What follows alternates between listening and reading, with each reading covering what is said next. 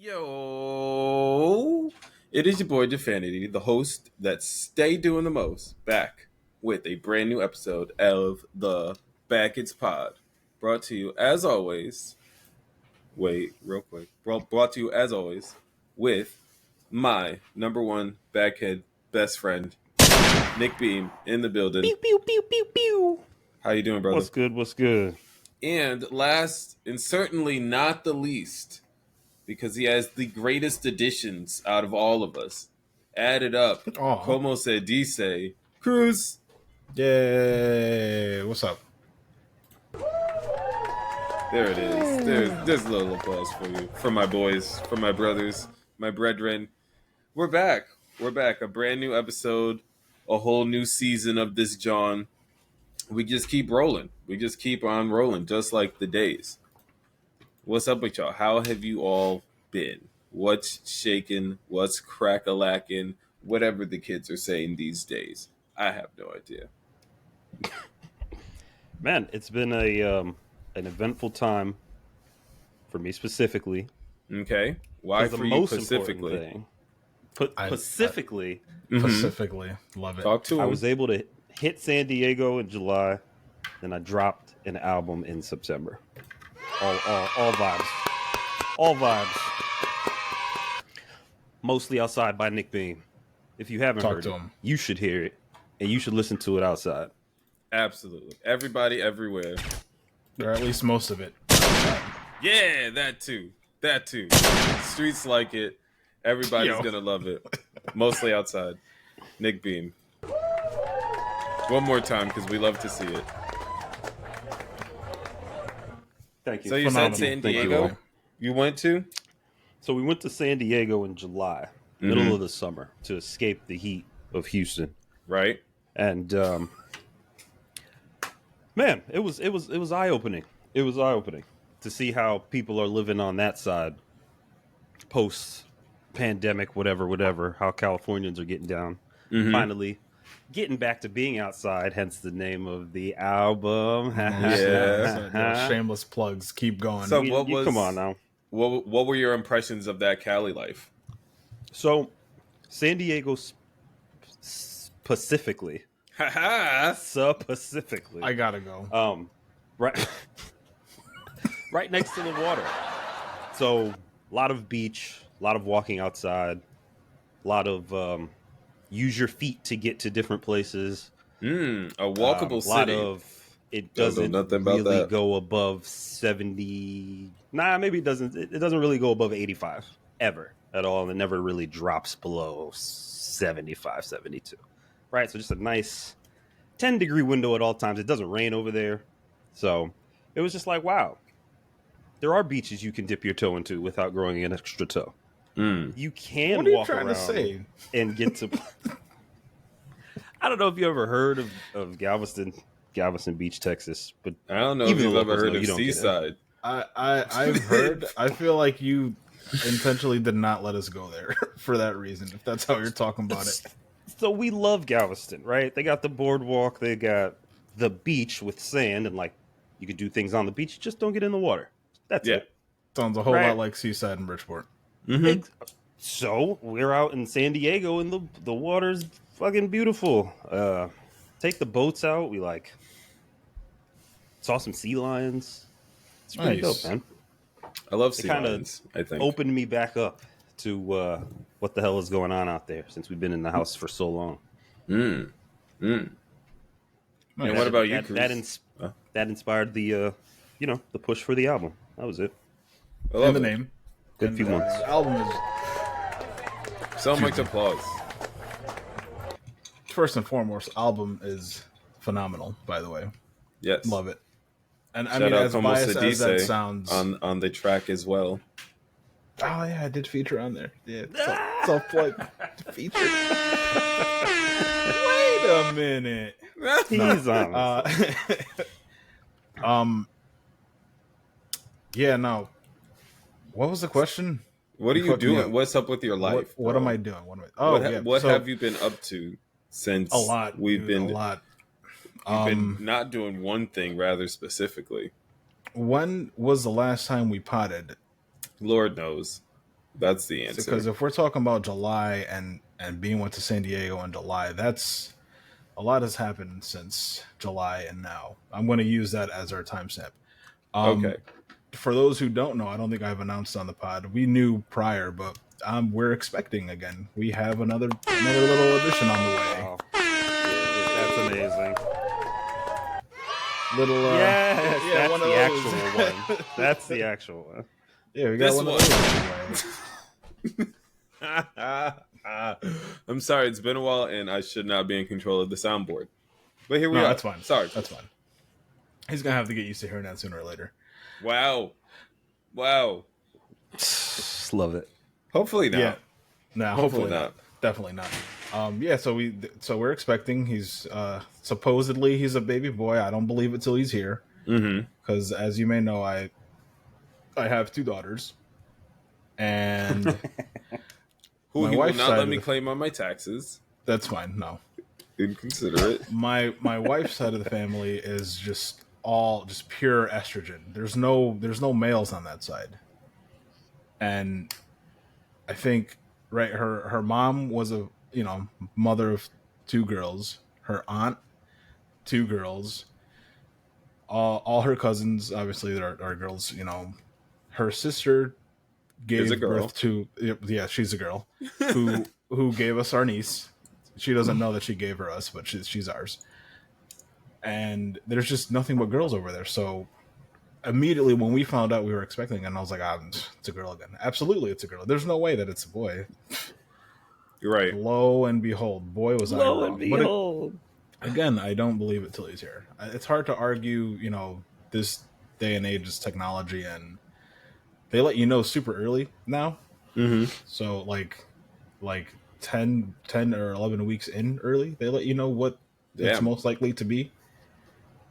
And you can't really argue a 99% accurate chromosome test. So you never know.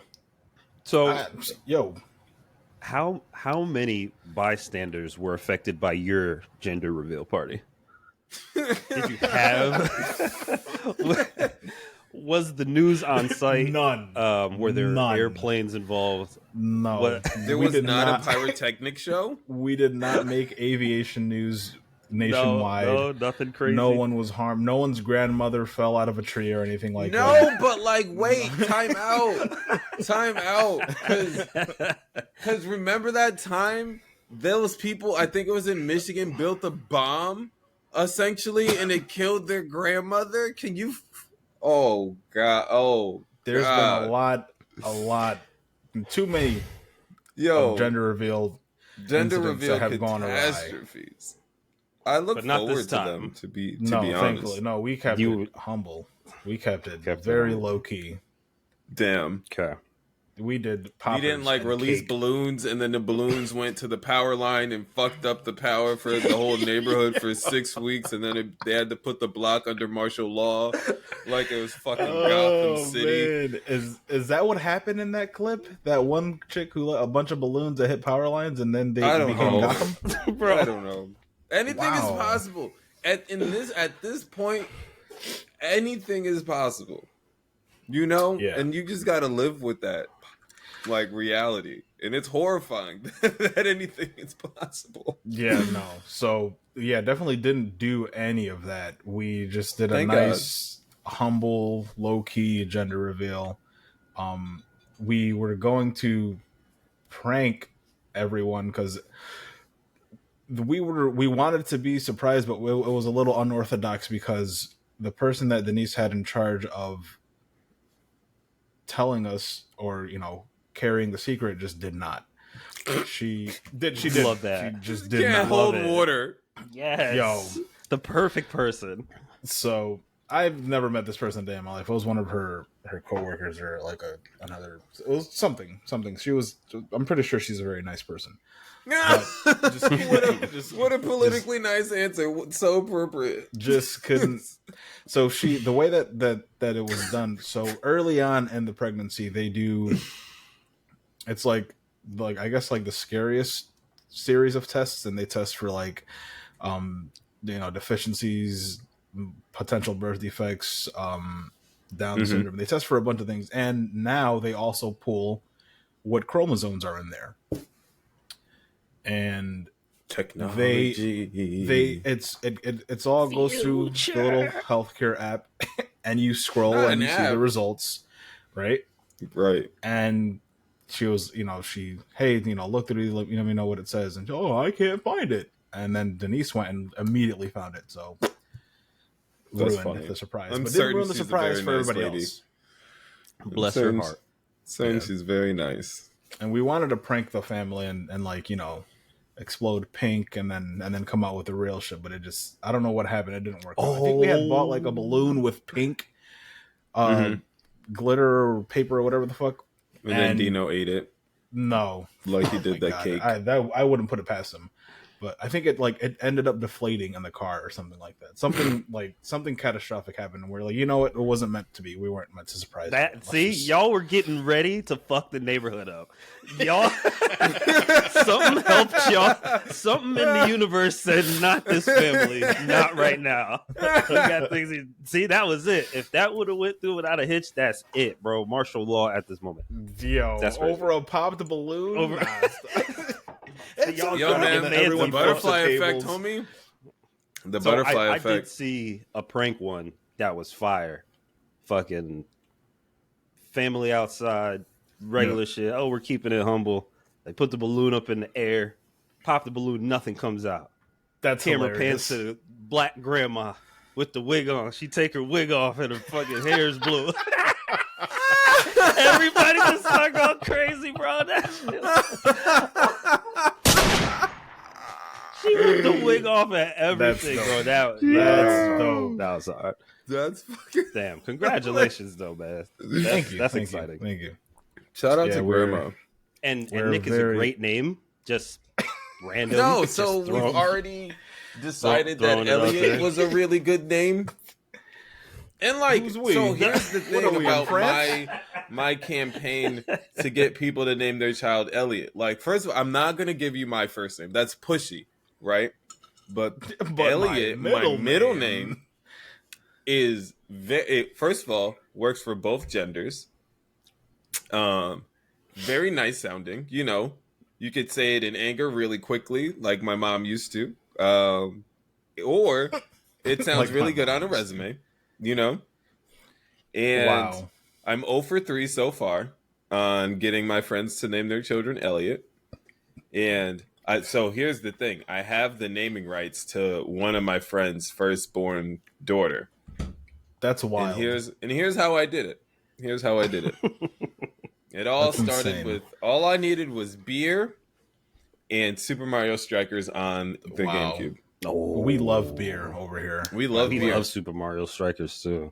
Right. So glad I wasn't in that room. Right. So here's the thing. Because the skill range was so wild in my friend group at the time. It was 4 of us playing. I invented new rules. I was just we put the time. Right. We put the game time to 10 minutes, and we get a beer, and we get a shot glass. And the goal is to, every time you score, you get to take a shot of beer. And it doesn't matter who has the most points. It's all about who takes the last shot of the beer. And so, oh my god! So it doesn't matter who. It doesn't matter who wins because the final score does not wins. Matter. Right. The game hilarious. Is getting drunk. Yeah. And that's so, that's like a spin on drunk Mario Kart. So we play, me and my boy Steve, we played that, and he's winning. He's winning. It's 4-2, and this never happens. Or maybe we're just playing regular. Either way, he's winning. This does not happen. He's talking all this shit. I'm like, all right, he's like, we should bet something on this. And I'm like, what's the bet? And he obviously switch. Picks, he goes high stakes. He goes firstborn child. And I'm just and then I'm we talking sons or daughters? He goes daughter. And I'm like, bet. So I win 6-4. And scored 4 unanswered. That ain't fair, bro. The stakes were raised, right? And so you had to show out. The sweats. Try hard. And the funny. girl he was dating at the time, like, is his wife now. And so, like, after this afternoon, she goes to, like, pick him up so they could, like, do something together. And I'm like, Diana, It didn't even let him tell her. No, because I am just gleeful about what I have done. Because this was not my intention when the day started. This was just something that God handed to me, an opportunity. You know, he opened the window for me, funny. And I went through the door anyway. And so I'm just like, yo, like, so Steve has gambled away the rights to your firstborn daughter's name, should you choose to continue to be with this man. And, like, listen, like, 7 years later, they're still together. I'm just waiting. You know it's coming. Pun intended.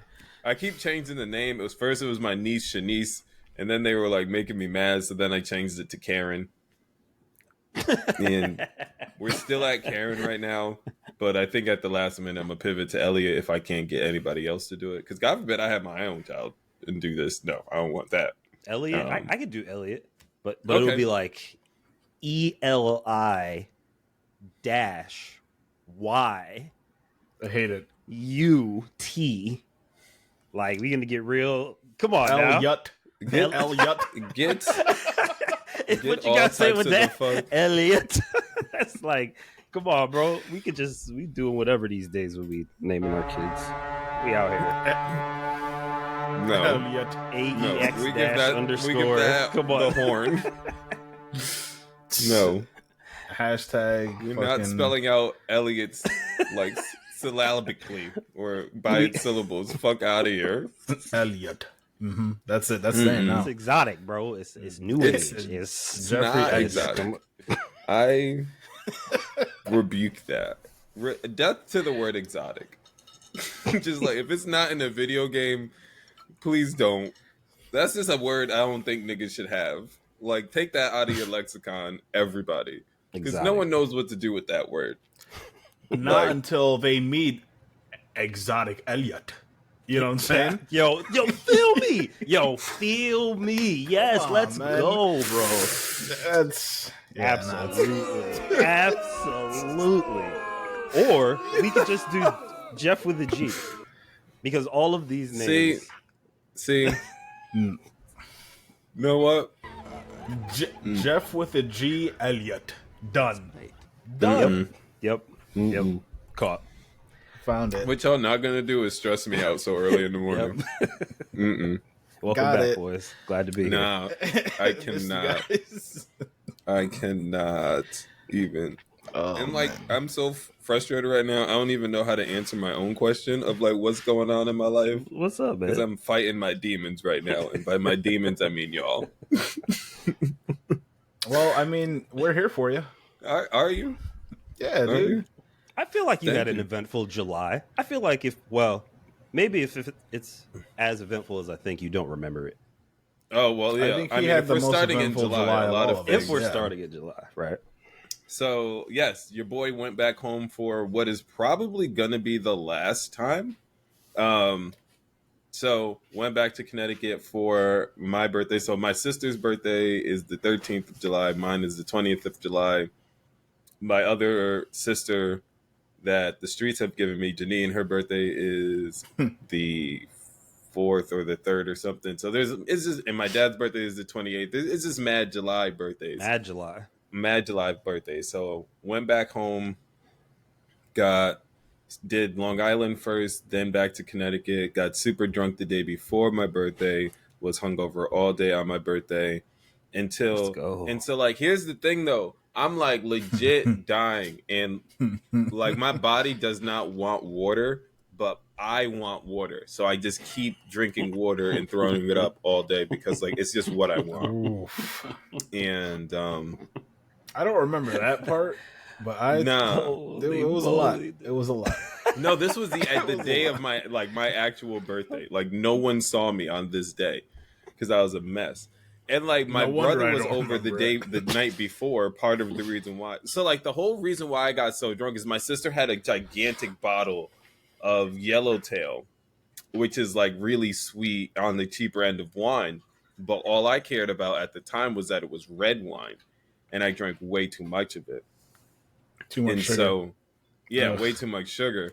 And like I knew that my brother had left a clip of a joint, and I just could not find it where I left it. For the life And of it's me. like 2:30, 3 o'clock, and I'm like finally just over this cycle of drinking water. So I go down so like my room is on like the top floor.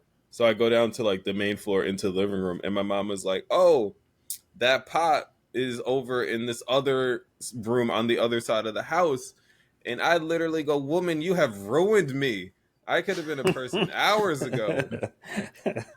Like, holy shit. It's so helpful. Oh my Right? god. Yo, but she told you where it was. Like hours late after moving it, just leave it there. It was like not in a place that was bothering anybody. And this is how I knew. I was just like, I've been living by myself away from this woman for far too long, because all of this is crazy and new to me. Like, this is how I lived? Mm-hmm. How did I survive like this? But like, fortunately, there's a dispensary around the corner from her house. So then we went there, and I was just like, this is perfect. Nice. Oh yeah, that's right. Then, I forgot you guys don't have it over there. Yeah. Well, actually, here's the thing. I think it's only a matter of time. It's easier to get weed in Texas than it is in Connecticut, where it's legal, where like recreational is legal. I think that will be the case until next year. Now, like with the way the hemp laws are structured down here, and like the ease of which you can distribute THCA, which is like THC, but like it's like deactivated until you light it or whatever. Like I can just go to the store. Like there's no order at the kiosk. There's no ordering at the kiosk and then going to show your ID to the person and then walking through and getting your shit from the window like most dispensaries are in Connecticut. No, it's just like I walk into the store. I tell the person, "Hey, I want this thing, that thing, the third thing." They do not ask me for my ID at all. At all, I type in my phone number because there's a rewards program. And I get my weed and I leave. You don't have to use cash to save money. You know what I used to do, bro? Hand to hand. I used to send a text. But here's the thing, though. It was here. Here's the thing. Drug dealers have lives now and shit and goals. I'm so glad that I don't have to deal with any of that, because that sounds convenient, but that also sounds like a lot. Right? Like I used to just hit, my guy over on East Main up. Yo, what's up? It feels as easy as the guy on East Main, but the guy on East Main has a storefront. That's what it feels like. A storefront where he doesn't have to hide anything. Like it's so morally and like legally gray. It's almost insane that it's happening, but it's also Texas. So that's exactly how it was going to come to Texas. It's crazy. Like THCA Farm Bill, right? It's like he was talking about some weird loophole where they can now ship in mad weed, and it's legal under the Farm Bill. And you walk in, and it's in jars. Like your boy on East Main just got a big mason jar, and they say, "Here, do you want to use credit card? Do you want to use reward?" This shit is Venmo, Cash App. Yo, compared to Denver, San Diego, where they have a 3-pane glass and like a security guard at the front who's like patting you down, and like people. Well, now it's like a liquor everywhere. Store. You gotta scan your federal ID. It's like a liquor Texas store. Is just like, nah, come and get it. Get it. Well, once they do that, that'll change. Maybe, I don't know. I don't live out there, but I don't. But I don't think that I would like to follow up with that. I want to see how that goes here on this pod. Can we keep up with that? Yeah, only just out of curiosity. Just like we did Mike Posner going across the country. Oh my god, that's not the pivot I was expecting. I'm gonna get this shit off first. There's more I have to say about Mike Posner today. Relevant. Okay. See, you went there. Okay. And you didn't know that I was already there. You know what I'm saying? Okay. Mike, you know what? When you stay ready, you never have to get ready, King. Come on now. It has been up and stuck since then. Because we love Mike Posner, and we will not listen to the album. I will eventually get to the album. It takes. Okay. Look, man. Mm-hmm. Look.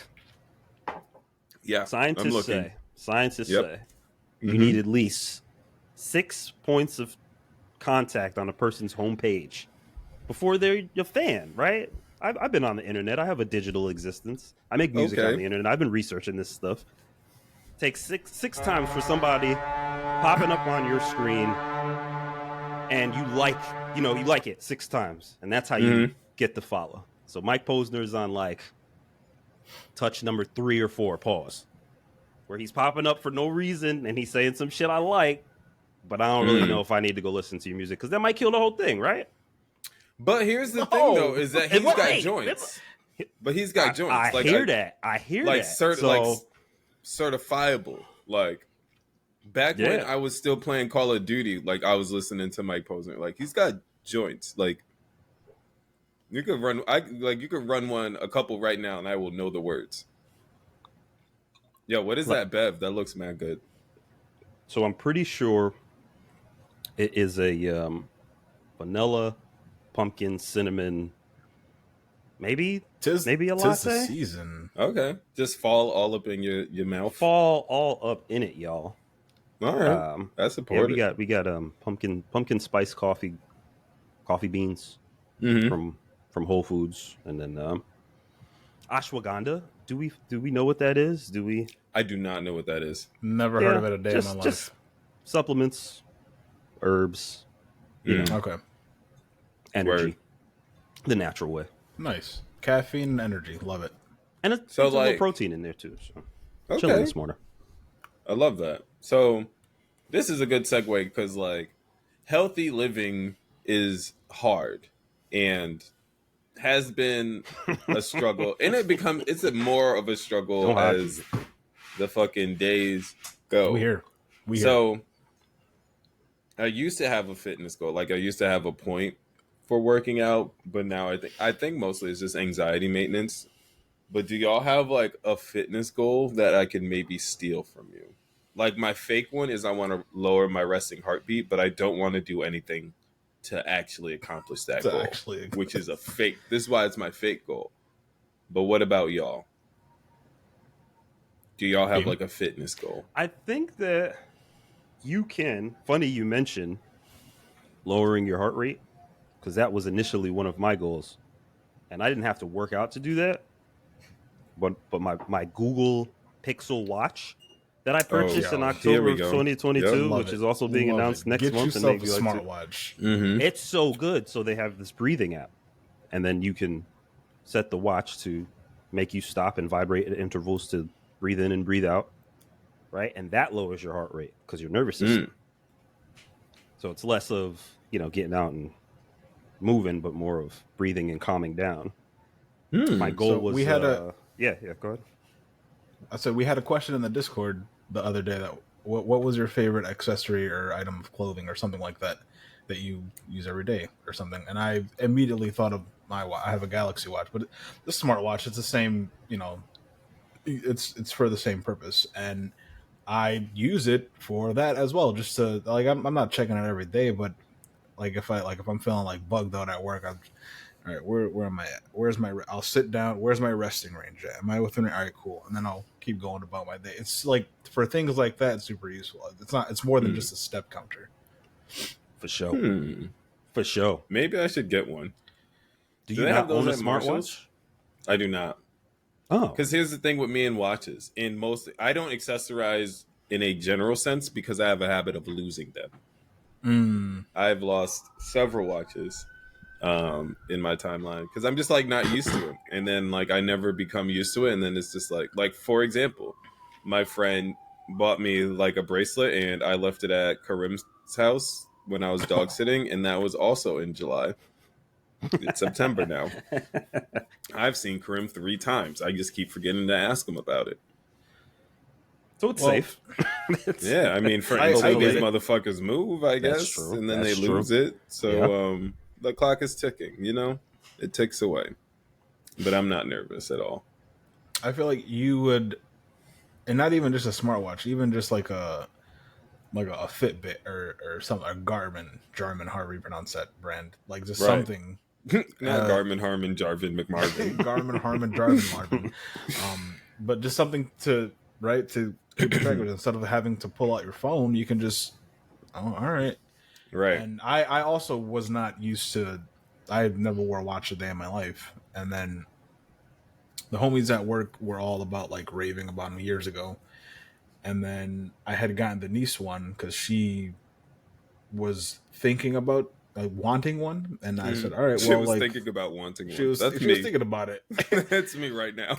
And it's great for her at work because, you know, calls and texts and whatnot, and she could always just add it because she's in customer service and retail. So as her phone goes off, instead of having to pull out her phone, she just answers it and then goes about whatever it was that she's doing. So she's like a spy.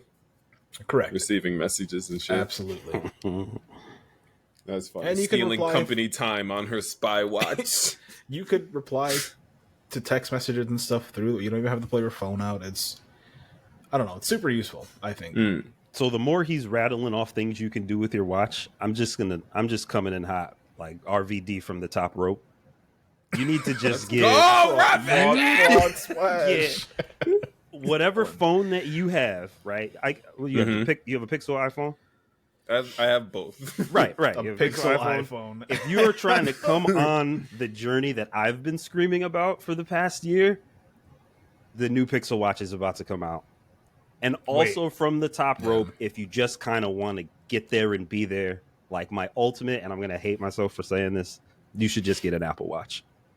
The Apple Watch plus the iPhone, it's never unrivaled. Well, that's the only reason I got the Galaxy was maybe to that's pair a with pivot the phone. you make. Yep. No. Right. I mean, like depends. My iPhone stays in the house. Right. Depends on what you want to do. You have two choices, and that's me. That's me coming from high level. Those are your two choices. Hit that Pixel Watch or pivot to Apple because you like the Samsung Galaxy Watch. That's also like top tier, connects to your phone, connects to your headphone. Like, right. Once you get the ecosystem going, everything is just snappy. See, and that's how they get you. If I do that, I was thinking of getting like a watch company's version of a smartwatch. Pixel bought Fitbit. Or like a Fitbit or something like that, right? Google bought Fitbit. So come on this journey with me. With this watch that has changed my life. We'll be Does tuned it come in green? October 4th, we will find out, sir.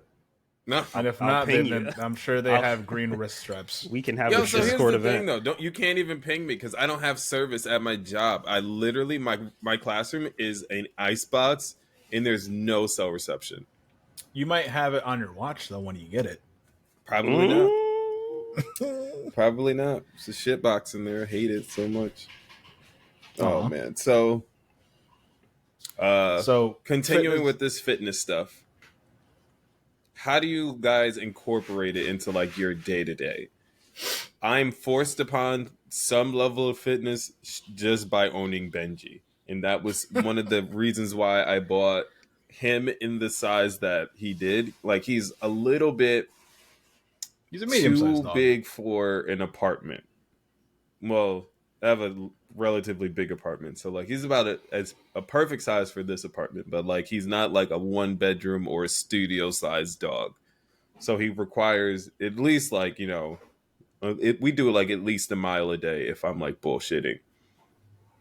So that level of, you know, I have to go outside to at least walk the dog is forced upon me through just like Benji's sheer existence. But like how does fitness and shit work out in your like relatively busy ass lives? Do it. Beamskis. I'll go first. Man, it's a new journey for me. Like being active versus hitting the gym. Go. Because there's now a distinction to me. Like we were just hitting the weights, blowing it up, eating whatever we wanted, just like grabbing the muscle, grabbing the strength. But then like try to walk outside for a little and be all tired because it's like kind of hot and my feet hurt and my legs are starting to hurt. And it's like, oh, I can't go into the hyperbolic time chamber and just do like chest ups all day because I'll come out beefy and then I won't be able to move around when it's 106 degrees outside. Right. He's going to whoop my ass. So yeah. Cardio is huge, man. Utilizing the watch specifically. Here we go. They're not getting We're not getting paid, but we should be. The breathing, the meditation to relax is a big one. Calming the nervous system so that you can make the smart decisions. You're going all day. How many times do you stop and just like take 10 minutes to not do anything? Right. No phone, right. No distractions, just sit down and breathe for 10 minutes straight and just take in being a human, right? So that was super important. Watch helps with that. And then counting the steps. I think they just told me that since I got my watch, I've walked the distance of New Zealand. Nice. That's super cool. I would have known that if I didn't have a watch. So then it made me dig into how many miles that is and did a little math. I'd like to go 1,200 miles in a year. I'd like to walk 1,200 miles in a year. So we're doing that. You know what would have been really good for that? If you would have got up with Mike Posner when he walked across the United States. That would have been really good. Yes! He was the catalyst. Yes! He made me interested. It was him. I tried album so hard to not apply. I tried so hard not to break. I'm proud of myself for not breaking and delivering that. Thank you, Mike Posner. Continue doing what you're doing, man. No. In all seriousness, Abe, that's awesome. That's a lot of steps. Mm-hmm. But it's also BS because where did that come from? It's it's like one of those dumbass football stats. This is the first time they've scored with 2 minutes in the third quarter in a game in October. Brought to you by Web Services at home with black jerseys. It's all BS. But it pops up and it makes you feel good. It's so funny. It says you walked 990 lifetime miles the entire length of New Zealand. And while that country's native bird, the kiwi, might be flightless, you, my friend, are really taking off. Aww. And I love BS like that. That's cute. I've been on Reddit for so long. I'm so cynical and I hate everything. But bro, nice things feel good. I haven't been on Reddit since the protest strike shit. Yeah. Over the API. Yep. It kind of died. I would love to talk about that one day. That shit was crazy. Oof. Right. I'm using Flipboard right now and not having a good time. Flipboard sucks, but niggas got to doom scroll somehow. But Cruz, what about you? How does fitness work itself out in your world? It doesn't as much as it should. Also, yard work counts, so you definitely count I was getting to that. Because that shit is a workout in itself. But I try to be conscious of I have my watch. It's not on me, but I use it pretty much daily. And at work, after I was a mechanic and I switched over to being an inspector. That is essentially it's like a hybrid desk job. Most of the days, there are days where I'm at my desk all fucking day, and there are going to be days where I'm out on the floor. So with that, I feel fuck, man. I'm I'm heavy, bro. My back, these chairs, I have to get up and move. So I try to stay conscious of that. All right, I've been sitting for fucking 2 hours. All right, let me get up and take a lap. Right. And thankfully I have the luxury of being able to just do that, to just get up and go take a walk, and it's not an issue. Right. So I try to do that. I try to get, I know they say, what is it? 10,000 steps is the rule of thumb. I think that's right. I think that's what, I don't know. I might have pulled that out of nowhere, but so that's the real thing. Yeah. That might be the American Heart Association that says that. And that's if you're, I think 10K is a good healthy 10K. Average. Yep. I have my goal set at 7K just because that's right now. That's what's realistic for me, and even the work for me doesn't stop after I get out of work, right? Because you got to go home, check the dog out. I mean, the work for us doesn't stop at all after we leave work. It's, being an adult is a job, but get out, come home, let Dino out. Sometimes I'll go get the girls from grandma's house. Sometimes my mom picks them up and brings them to me. And then it's homework, and then it's this, and then it never ends. Mm-hmm. So, and all of that requires the active. Yep. Exactly. So I am also at 7,000. So that's where I have. I don't hit it every day, but I hit it like I'd say like a good 4 or 5 times a week I'll get my goal. I'm only ever shy like 1,000 or 2 steps. So we did the math about the 7,000, and that 7,000 is 1,000 miles a month. What? Wait, no, that's 100 crazy. miles a month. 100 miles. I was about to say 100 miles a month. Okay, 100. 100 miles a month, and that's the 1,200. So yeah, that's I the feel goal. like that's a solid goal. Yeah. For now, I also just found out that the landlord of the building that I work at, he owns a lot of real estate in Connecticut, and he offers. I think shout out AMB in the Discord. He was mentioning that that's the fitness center that he goes to. So as long as because I'm an employee at one of the sites that these people own, it's $10, and that's it. It's a one-time $10 fee to access their fitness centers, and I don't know how state of the art they are, but $10 for one time versus a gym membership. And I mean, you could just work out at home or whatever, but I rarely ever do. My workouts, like you guys were saying, are lawn work, yard work. I need to be home to work out from home. No, I think for me, it's easier. Years ago, I had a health kick, and I lost a good amount of weight, and I think for me personally, being in a gym setting is a huge motivator. It's a huge impact. I'm with you. Being around other people doing the same shit. The mindset, the area. So across the street across the parking lot from where I work, there's a doctor's office, and they have one of the guy, same owner as my bad, camera cut out. Same owner as the building that we work in. There's a doctor's office across the parking lot, and they have a fitness center there. So I can quite literally, Denise is there. I can quite literally just get out of work and go across the parking lot, and then just do cardio for an hour, get it started. See, when it's that convenient, I'm here for it. I hate like the idea of going to the gym because I hate the idea of going anywhere. Same. And like the gym is like there's a fitness center in my apartment, and it's like literally it would take me 2 minutes to walk there.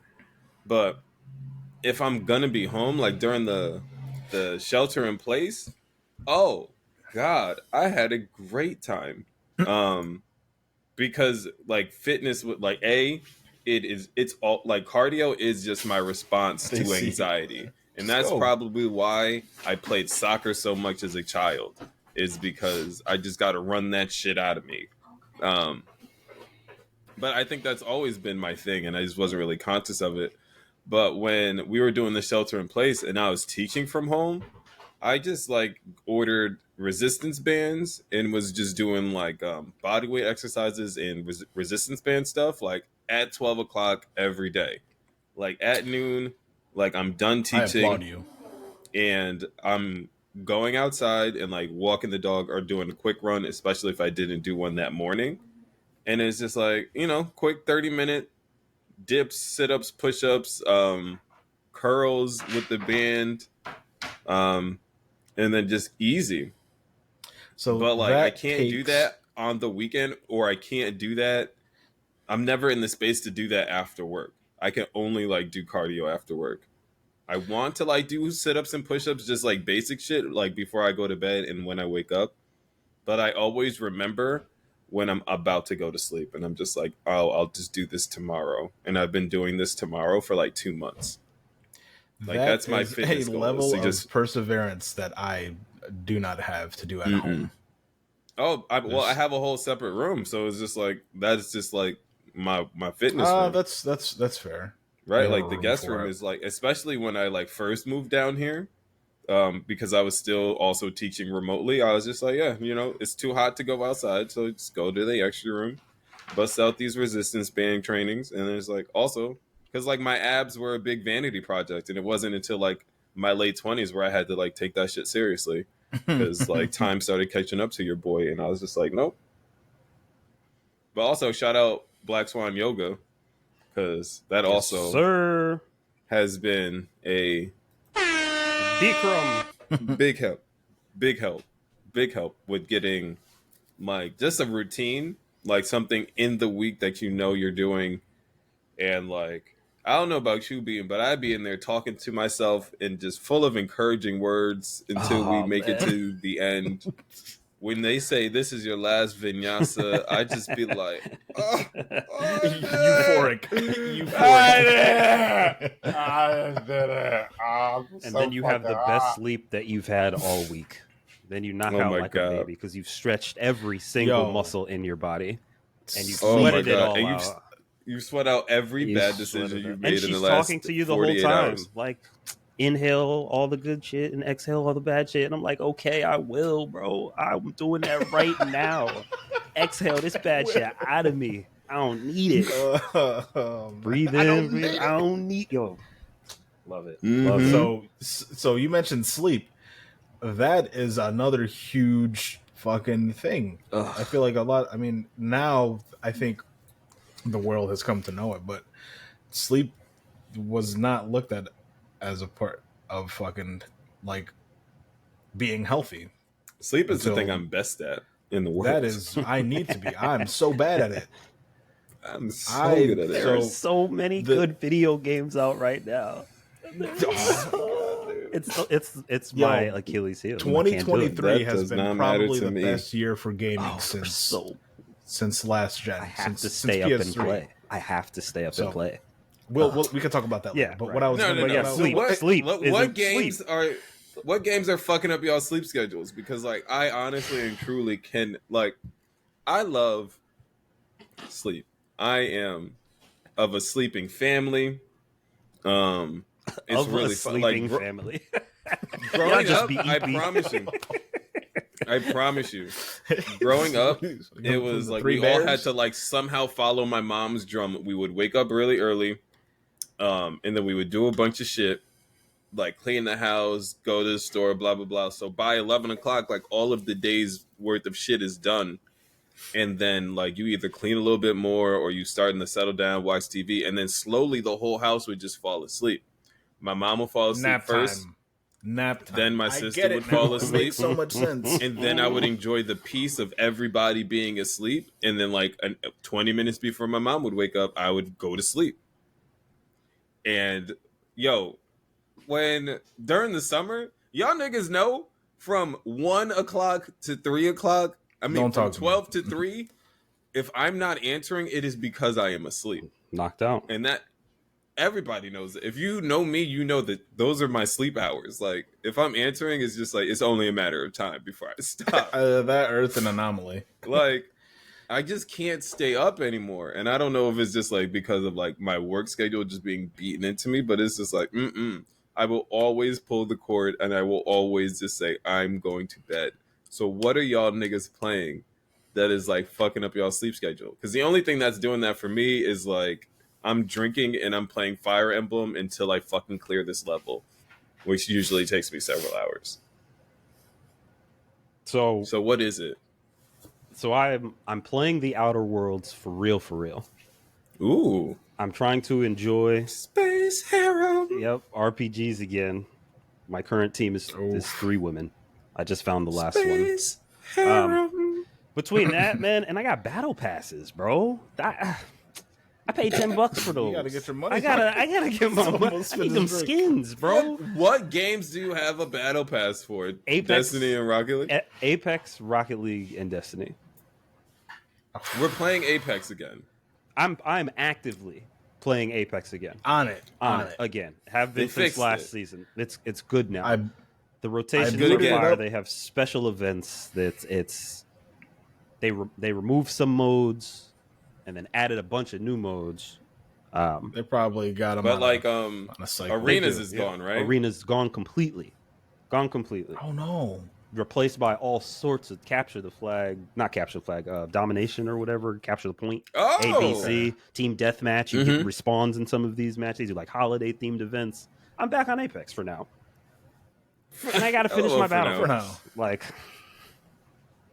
So I booted it up, but I only went to the firing range because I suck and it's been forever. But it feels good. I've been dabbling. I'm gonna get back to it. Let's do it. To answer your question, Rocket League new season just dropped a couple weeks ago. Gotta play it. Oh, Can't play it in the morning. Out my Rocket Pass. Gotta play it after work. No, I can't. I gotta max out my Rocket Pass, and I gotta get the Porsche. I gotta get the Porsches. Because look, man, if you don't max it out, then you don't get the free credits to get the next one for free. So like, I'm not trying to pay $10 for it. I have to play. I have to max it out. So Rocket League, there were whispers of us getting a VLET Civ 6 campaign going, so I've been dabbling in Civilization 6. Never going to sleep. That game is so good, fun. dude. It's so fun. And I'm almost done with Arceus. I picked it up. I put it down, and I think I haven't played in like a week or two, but I'm almost done with Pokemon Arceus on Switch. There's just so many. Sleep is for losers, dude. I don't know, man. I'm not convinced. I gotta stay awake. I gotta force myself. I gotta go to work on 5 hours of sleep and hate myself until I come home and play more video games. Yo, coffee, and then catch up on all my sleep on Saturday, dude. So it's so bad. It's so bad. Those are the current games, but you forget that there is Starfield that I can't touch until I finish Outer Worlds. I dabbled in it because my Game Pass expired. I think it's about to lapse. So I played a little bit and I was like, there's no way I would ever. It's great. It's too much for me. It's so grand. It's such a huge game. Jeff, come on. And then Lies of P is like the Pinocchio. Lies of P. I've been watching a little bit of that on Twitch. Bro, there are games. Jeff, you'd probably really love Starfield. You would love Starfield if you could do space. Dude. I can do space. You're it's Bethesda. You loved Skyrim, right? I am a Skyrim I was going to say a historically medieval boy. I didn't know if you were I am also, yeah. Because Mass Effect. Because you did play Mass Effect too. Yeah. Just an RPG. I played all three of them. Yeah. Fallout, I played all four of them. Did you play Fallout? Yep, same. So these are Fallout. I'm only shouting out games that Bethesda made. These are right up your alley. Fallout New Vegas is one of the few games installed on my PC right now. Yeah, so you would probably absolutely love Starfield. There's so many. I think this has been a great year for gaming. Like, and it's only September. It's about to be October. But I feel like, much like with music, like it was a slow start to the year. Like, were we excited about games in like fucking March? Like, I don't remember being excited about games because then it was fucking. Well, I was still playing Hogwarts. Absolutely, but it was fucking. I was Diablo. Right. Fucking Diablo. You had Diablo, and you were hype on it for a little while, bro. Baldur's the Gate original is here. campaign, Like, I haven't touched another one. There's so many games we can't sleep. It's the gaming industry versus Baldur's the Gate industry. is another one I would never. But hats off to whoever does. Baldur's Gate, the thing is for me with Baldur's Gate is like the streams I've been watching like hasn't hooked me into the game. Like, I feel like it's kind of like watching to be talking about the meta of the game while they play it. Like, instead of like their bullshit side conversations, I need y'all to be explaining to me what the fuck y'all are doing and thinking about as you're playing this game. Maybe hear me out, because that Baldur's Gate that's essentially D&D, right? Yes, it is. Would you be hyped to play D&D, or would you be hyped to listen to people talk about D&D? Do you get what I'm saying? Both, actually. Lies of Jeff. Lies of G. Jeff with a G. Oh my god. Shut up. Cyberpunk, but I also 2.0? feel that way about like a lot of heady games. Like when I was watching Civ 6 streams earlier today, I was just like, I wish this nigga would just explain to me what the fuck he's thinking. You just have to jump in. Watch a Civ 6 stream. I tried. Right. Well, I was watching, for the sake of competition, like how do we do a stream better than these bozos? Because like there's not a lot of motherfuckers watching motherfuckers play Civ 6. And so I'm thinking about like what would make this stream more inviting. And it's just like, well, if you don't know what the fuck these screens are, some sort of narration, a light narration might be helpful for your average Joe Schmo. Because also these niggas weren't even like making jokes or talking to each other. It was just click, click, click, bah, bah, bah. Oh, he's being attacked. Like, Fuck out of here. But he's got like so many watches. We got beef. I agree. We got hidden beef. We might have beef. No, we don't have beef. We just got questions. We got questions. We just got questions. But I also agree that Civ 6 is a game that you gotta just go in. You can't try to understand. I think you understand as you play because I've. Well then, and we got October's right there. We got Spider-Man 2 coming. I can't sleep. Can't do it, man. It's the last thing in my health journey that I have to let go of the gamer in me if I really want to get abs for my vanity meme, project. The meme of being an adult is like food, water, job, sleep, and then he's got games and he's Yep. Somebody out there got to film me. I feel like Saturday night is like the only night I truly have where I could just like stay up a little bit later and not like truly feel the effects and suffer the consequences. Those are my Friday nights and Saturday nights. This Friday, I've been going into work on Fridays for obvious reasons. Save up a little bit, you know what I'm saying? Monday through Sunday. I always miss my bedtime. I'm like 45 minutes to an hour late past my bedtime every day. It's terrible. Damn. I've tried to get to I would hate me as an employee, but I get it. I'm never on time. Monday, I start off the week strong. Mondays, I'm always on time. And then just as the week progresses, I just show up more and more late.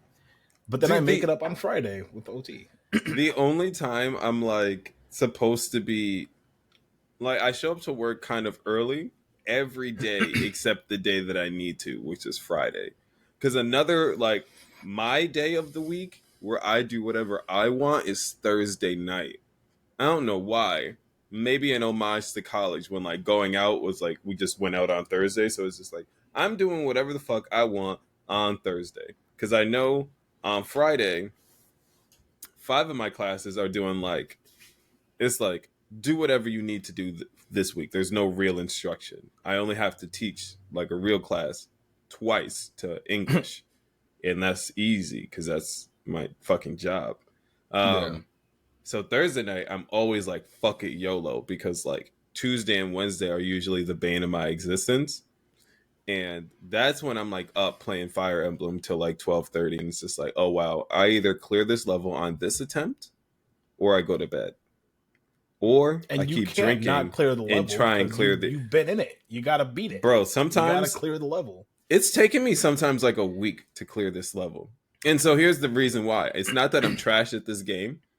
It is because the translation is wrong. So when they translated this game from Japanese to English, the levels are easy and normal. In the original, it's normal and hard. And so in English, if you pick easy, it's normal. And normal is actually hard. And I did not know this until I Googled, why the fuck is this game so hard? And they were like, so here's what happened. Yo, that's how you know, because I rarely go to the internet for any video game questions. Most of the video games I play requires the internet. Elden Ring required a lot of internet. Oh, so much internet. I'm figuring that shit out. So much internet. Pokemon Unite required a fair amount of internet. Soulsborne games, unless you hate yourself entirely. I can't speak to those. But also because of how their dungeons are designed specifically. Because like the way Soulsborne's dungeons are designed is like you take the elevator up and then you actually need to go underneath the elevator and then jump across some other bullshit. It's like those like the late dungeons are insane. That doesn't sound like boost or rotation or fast aerials at all to me, dude. I don't even know any of those words, so crazy. Yeah. Oh man, it's really funny that we don't actually have like one game that we all just regularly commit to playing together. Apex. It's always like some of one. Glad we agree.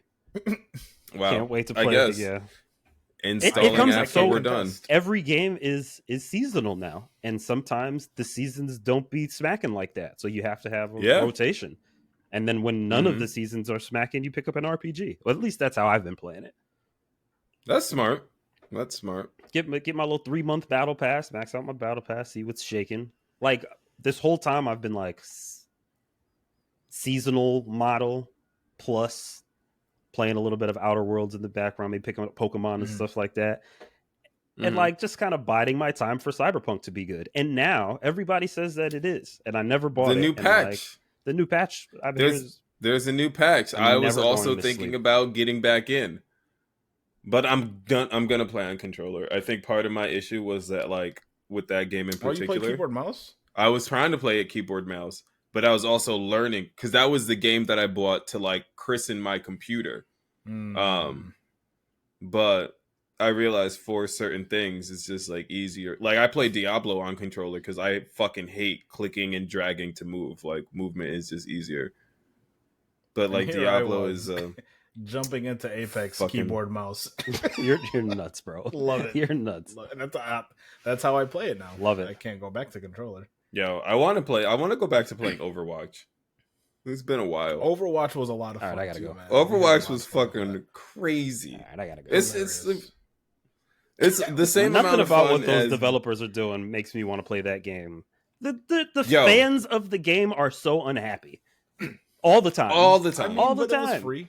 So, all the time. I don't know. Nope. So playing Overwatch is definitely easier than playing Diablo because A, I didn't pay any money for Overwatch, and B, like it's like I don't love Overwatch, so like I can ignore a lot of the noise, but like the shit with Diablo, like having spent money on it, like what a fall from grace. How do you fumble so bad? Like your best release to date.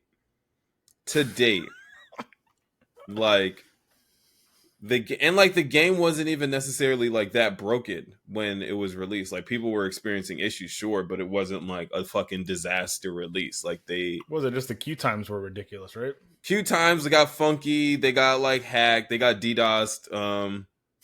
They got DDoS.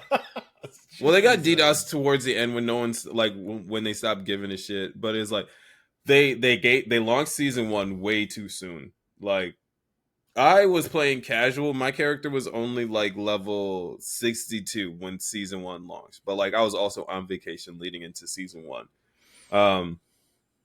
And then like the story of that season, like I just didn't give a fuck about all the things they added to the game. I didn't give a fuck about. I was playing as a rogue. I hated it.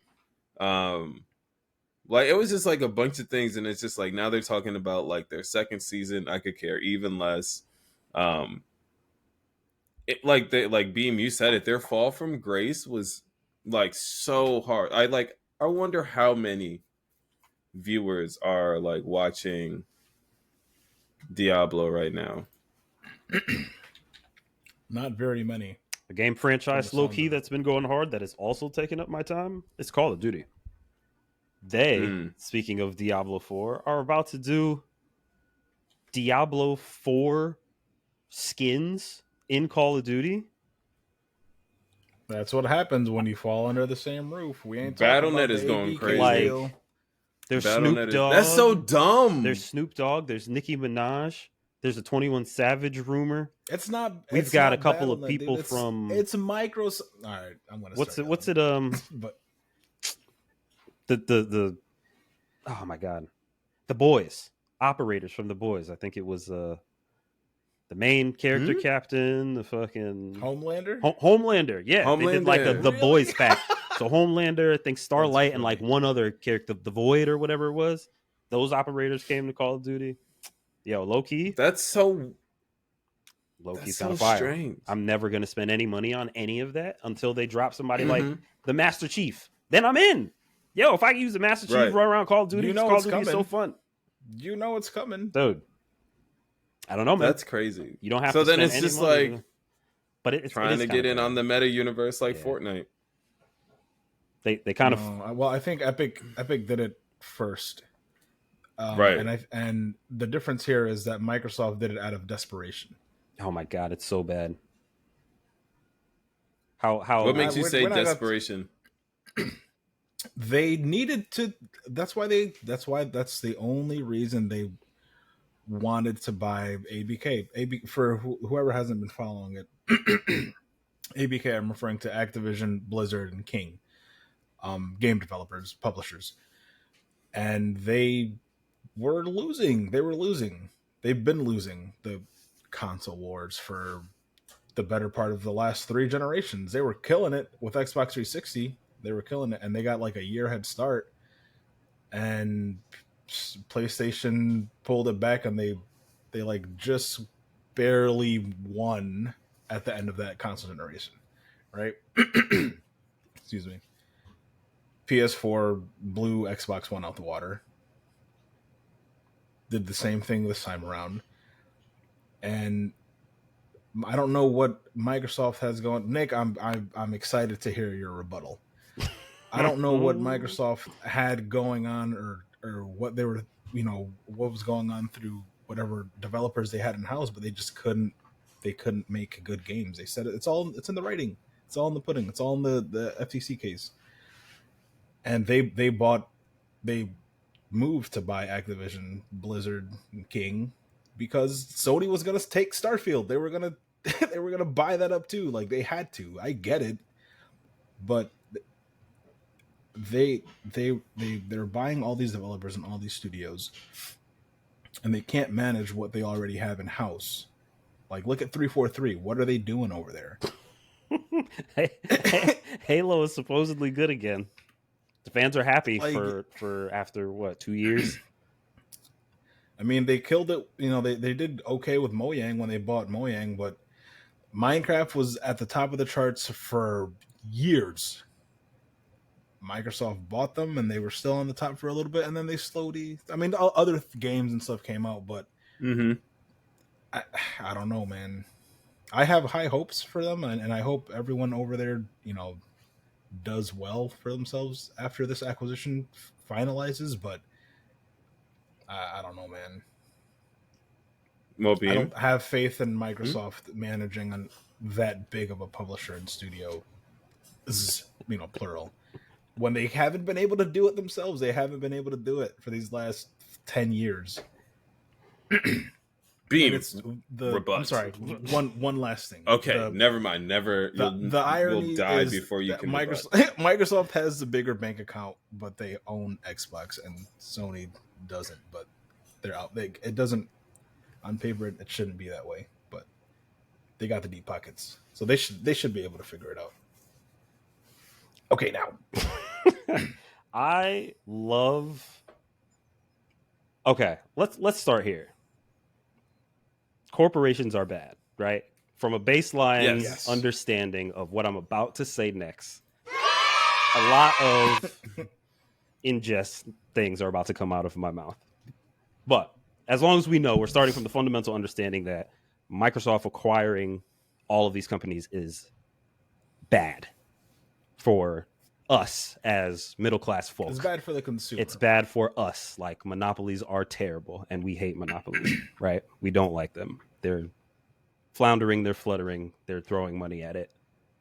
And I'm glad they're failing, right? Because you shouldn't be able to just come and buy anything when other niggas have just been doing it for real. With that being said, oh my God, I love Microsoft so much. The Xbox is so good. Oh my God, they've been trying so hard, bro. I saw an article the other day where like some Sony executive came out and was like, yo, we are going to get more value from $3.64 billion Bungie that they're ever going to get from Activision $69 billion. And I was sitting in my car like motherfuckers, like on my lunch break, like, God damn, what this nigga's going hard, bro. I believe you. Like, Bungie is going crazy right now. He's throwing shots across the ocean. Like, God, I was wilding out, bro. Because just like Cruz was saying, like, they've been losing. Like, 360, they had them a little bit. Halo was fire, and then they mismanaged Bungie, and then 343, and then Halo was bad. Like off the strength of Halos 1, 2, and 3, I'm still willing to get my tattoo. But like after Bungie stopped managing Halo, that shit was just dumpster fire. Yeah. Microsoft has no idea what's going on. They gave them ODST. No one liked that. I loved ODST. That was still Bungie. Halo Reach was still Bungie. That was great. Because they were like, we're not going to churn out 4, 5, and 6 tools for you. We're going to make side stories until you let us go because we don't want to do this and you're not going to let us pivot. So we're out. So they fumbled the bag mad long ago, and from there it's just like. And we gave you this whole world of multiple Halos and characters, and you don't have to focus on Master Chief. He's great. He can be the face, but you have so many other things to try to tell with the story. And Microsoft was like, more Master Chief. No thanks. You don't want to help. You just want to yell. Yeah, they deserve everything that's happening to them right now. And then what about Gears? Was that like also just exclusive to Microsoft? What studio did Gears of War? That was funny enough. Gears of War started with Epic. It was an Epic Games production. So like, I don't know what really happened in the couple years between.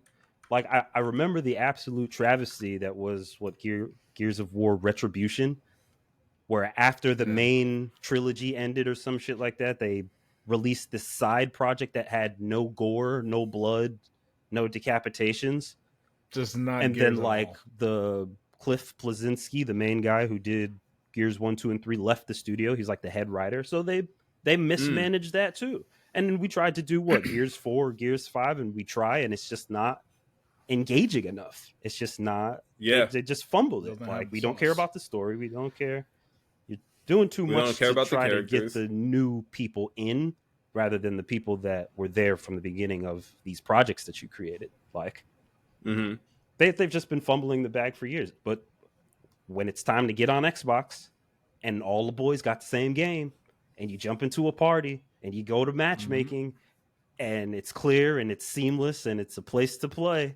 Like, I love that shit. All the stuff that they're doing for handicapped people with all of their different, you have to include accessibility is going crazy over there at Microsoft. Like, we'll never forgive them for cutting Connect off at the legs. Another fumbled bag. Connect was after so forcing cool. it down everyone's throats. Right, because they were going against the PlayStation Move, right, or whatever. Because I remember I had those PlayStation Connect or something like that. I think Connect forced Sony's hand to do that. Camera. It was had them. You had them. There was gestures. You could wave, and it signed you in. You could do little gestures to like send something into picture mode, so somebody can be watching Netflix in the corner while you're playing a game. You could control it all with your voice and your body. And then they're like, "Nope, not worth it. Let's fucking discontinue." Yeah, I think because they were just like, "How do you monetize it?" But on the flip side of that token, like we can't hyper focus in on Xbox and all of its shortcomings from Microsoft, because Microsoft is also one of the biggest corporations fucking in the world. They're so successful. I love Microsoft Windows. I love Microsoft products. Yep. Like it's so great. You can't deny how useful this stuff is. And you know what they did it just doesn't translate to their games. The Connect? They pivoted and started using it for the medical industry. Crazy. I love that. I love that you did that. Even though it took away one of my favorite accessories, and your Xbox ecosystem is suffering. But I don't know. I hope they get it right. I mean, AMB is out here buying the premium controllers. Well, they got it right. They got it right with Starfield. We love GameStop. We want him to buy more special items that are overpriced, but put money into shareholders' and funds. Wildly unnecessary. They got it right with Starfield. Starfield is great, at least from what I've seen and the little bit I've played. They needed Starfield. Starfield would have been like.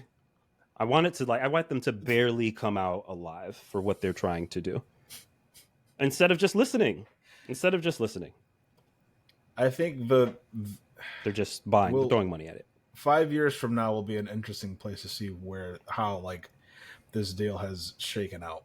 3 years from now, we'll be able to see and feel it. I say 5 just because of like development times on games that they have already had going on in the middle of the deal, and like development time for games has gone up crazy. It used to be like 3 to 5 years turnaround time. These games are taking like fucking 6-7+ years to make now. Well, the good ones are. Right. Now I'm not talking about indie Joe Schmo development. I'm talking about like the big hitters. Now, when we think about like fumbles, who had, according to you, game wise, the biggest fumble? And why is it Kingdom Hearts? I wasn't gonna say that. That's what I'm here for. Kingdom Hearts. Really? I'm gonna say the hardest fumble. I don't think it ever made sense from the beginning. I was just there to button mash. I don't give a fuck about what's going on. Press triangle. Shit was just hard. Niggas I know is in this game. That's hard.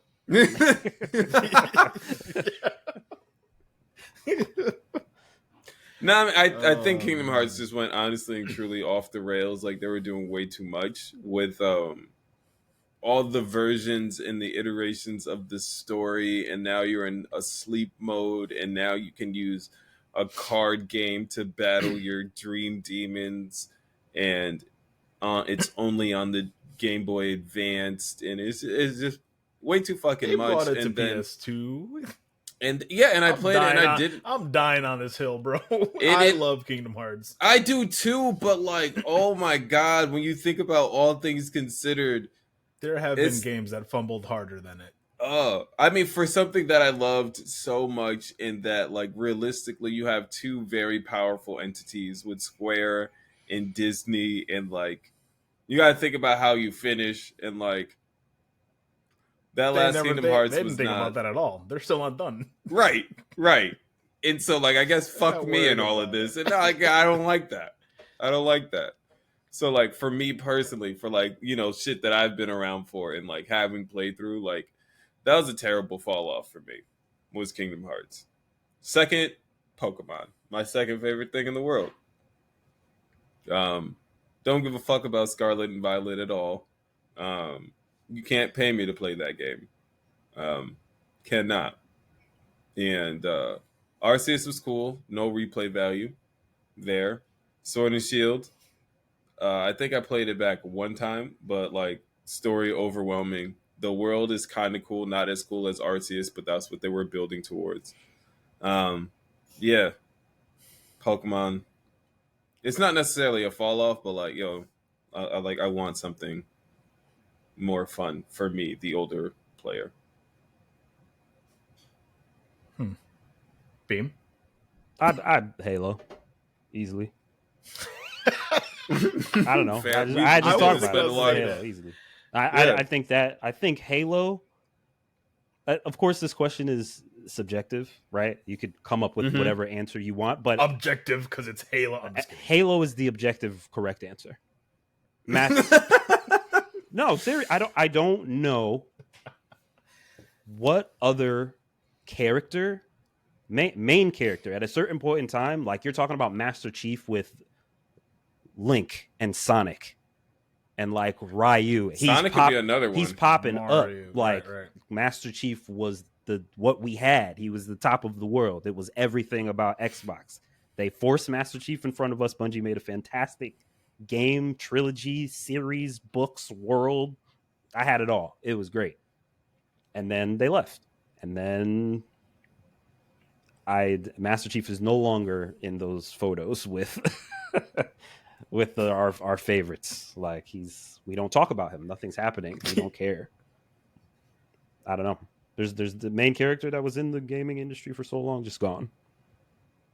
Now, you did bring up a good point in regards to Sonic, because Sega has been a shell of itself for the last however long. Movies went hard. Like, I think the Sonic is back. I think right now, due to the film success, Mario held Sonic down with the fucking Olympic series. Like we started to give a little bit more of a fuck about Sonic. He popped up in Super Smash.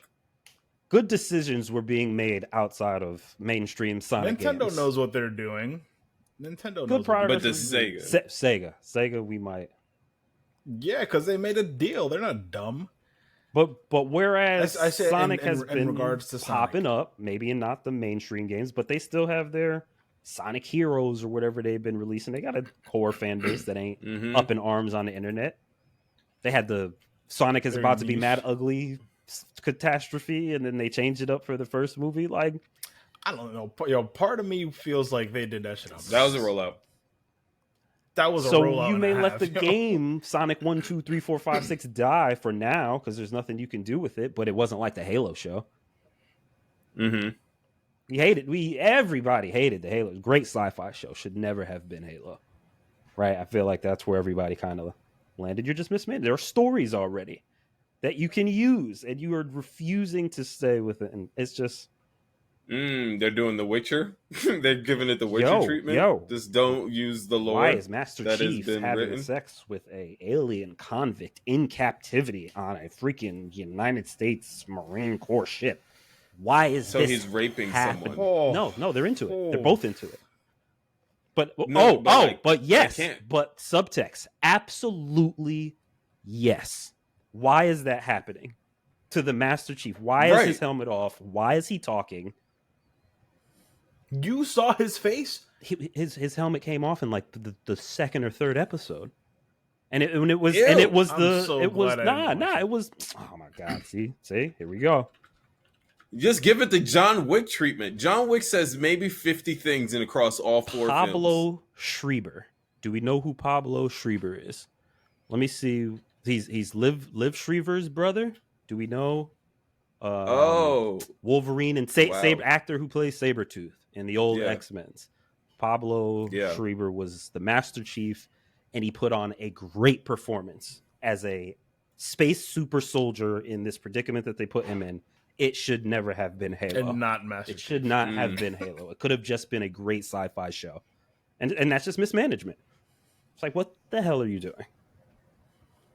Whatever they want. Whatever they want. It's like a lot. That's why the writers have been on strike for fucking 200 fucking days. It's all connected. because people aren't listening to the ones with the ideas. Where's the horn? Where's my horn? Man. Oh God, here it is.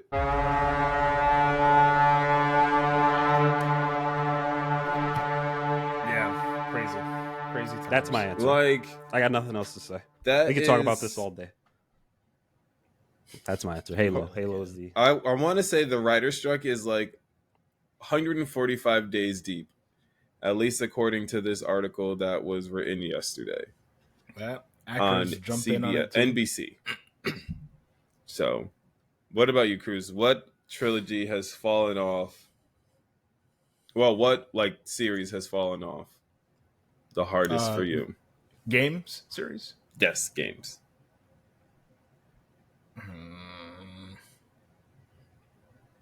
I don't know. I feel like I gotta agree with you and say Pokemon. I'll never say Kingdom Hearts, even though I'm right. On another day, I might agree with you, but not today. Not on the air. That's fair.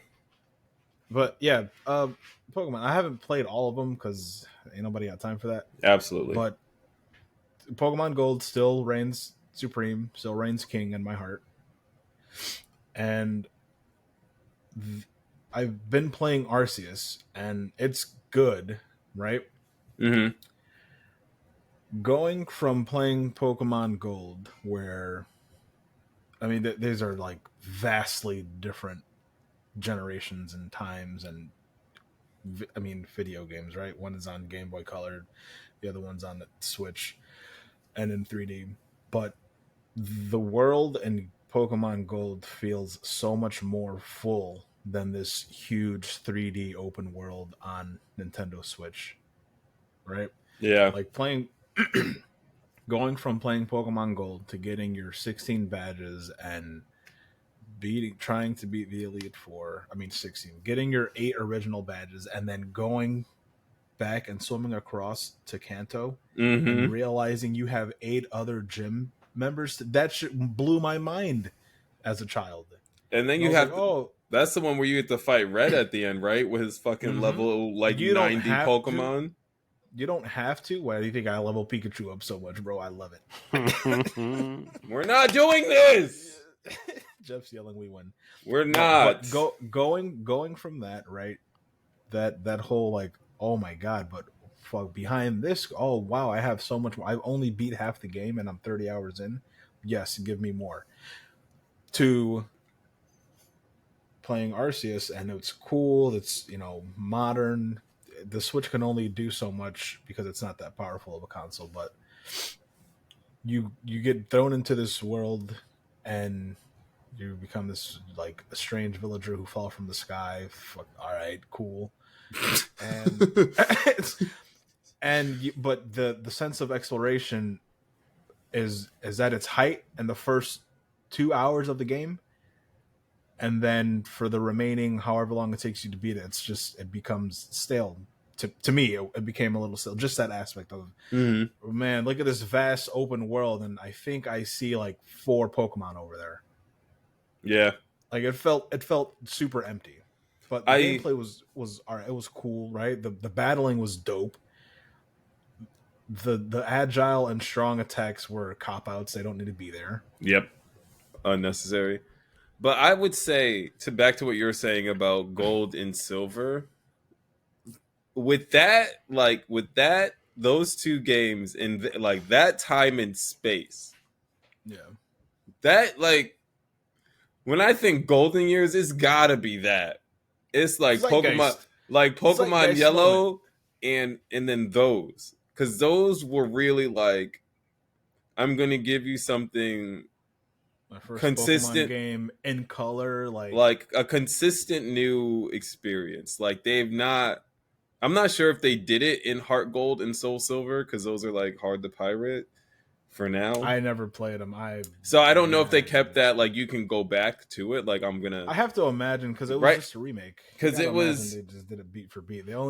Probably the only difference in that game is that you can't dupe. Mm-hmm. And also the starters of that generation were great. Everything about that game was great.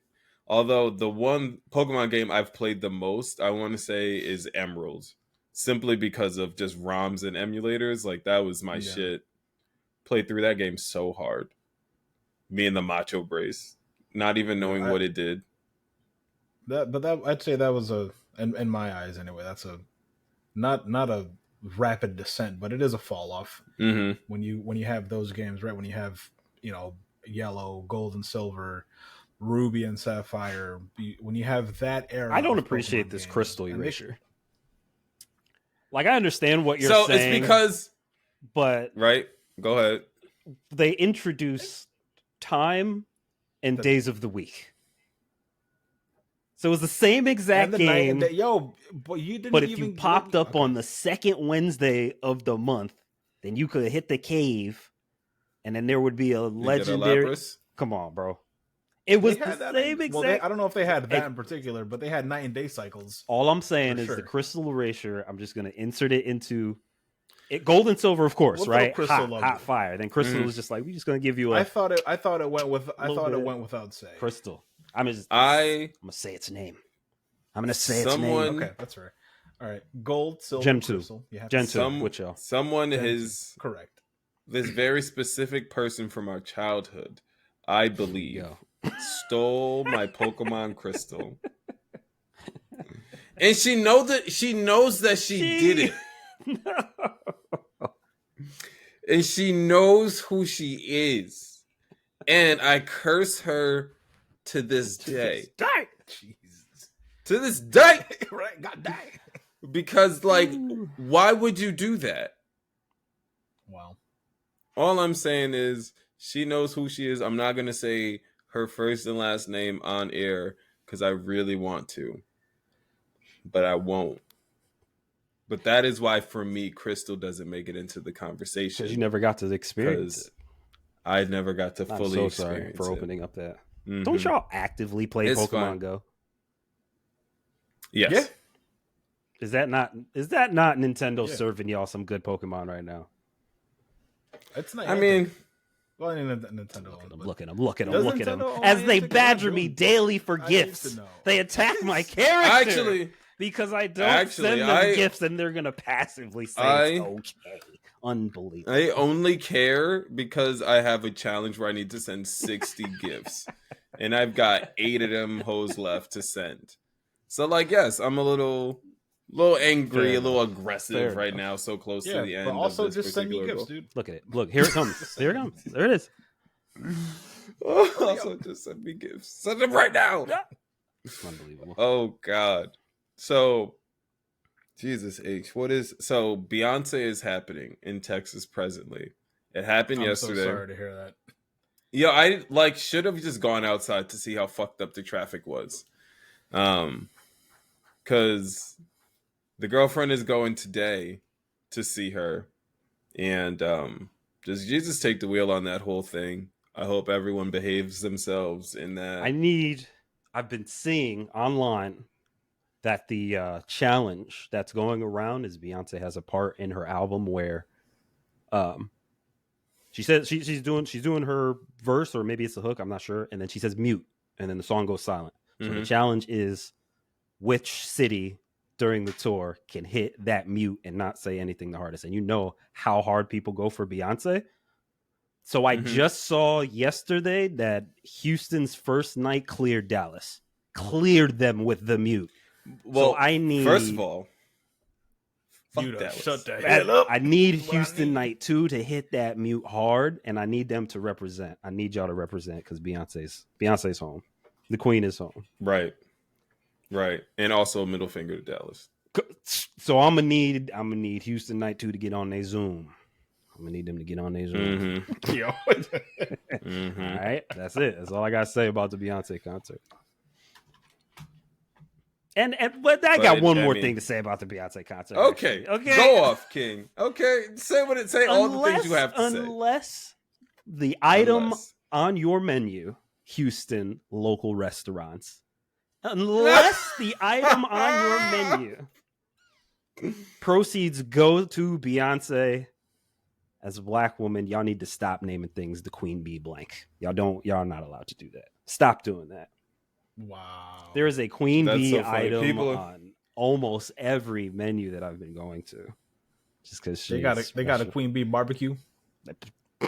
Probably. You just got to find the right place, man. I wouldn't know. I'm What's funny? I'm just asking. You know what's funny is that Trillburger closed down for this weekend. But here's the thing. Here's the rub. Is that they didn't do this in honor of I think once upon a time, Bun B, was it Bun B? Or was it? No, I think this was Trick Daddy. I think Trick Daddy, because I got Bun B and Trick Daddy confused on like old niggas in my head. Because I think it was Trick Daddy who also had a restaurant opening, and he had said something about Beyonce being able to sing, and they the Hive review bombed the fuck out of him. Oh my god! In his new restaurant, and I was just like, "Yo, if this was Bun B who said it, he's closing his restaurant to hide versus out of any type of honor." But I think it was Trick Daddy. Thank God I cleared that up before I finished that story. But it's an event. Beyonce, baby. Beyonce in Houston is an event. I'm so sorry about your traffic. It's gonna be so bad. I haven't been impacted by it because I went to the grocery store early on Saturday. Nice. And I did not leave the house all day, and I don't have real plans to leave again. I'm gonna make chicken and waffles today, and sandwiches for work next week. I'm good. Not leaving the house. Top 5 favorite things. You are so good at that. The best. I love it. I remember I was the only person that would see you because the only place I could go during the shelter in place was your house. So I was just like, all right, just be in the house, bro. Just like I'm just going to Wilmer's. I was like, has anybody seen Wilmer? Me, because I was at his house. I just tell him that I'm in the house. I'm chilling, bro. That's it. Just tell him that I'm in the house. Very familiar bar on the song "Wait a Minute" featuring ComosediceCruz on the album "Mostly Outside" by Nick Beam. Brought to you by VLET Entertainment. Love it. Oh man, so many other things have happened in this world. Like everyone is on strike. Good. Everyone. Good. More unions. Good. More unions, more strikes, less scabs. Celebrities stay out. Right. It's time for us to take back what we are owed. Mm-hmm. I would love to see another teacher strike. Teachers should be millionaires. But so we in our recent history we had UPS workers. I don't think they went on strike, but they got the deal right before. They were about to.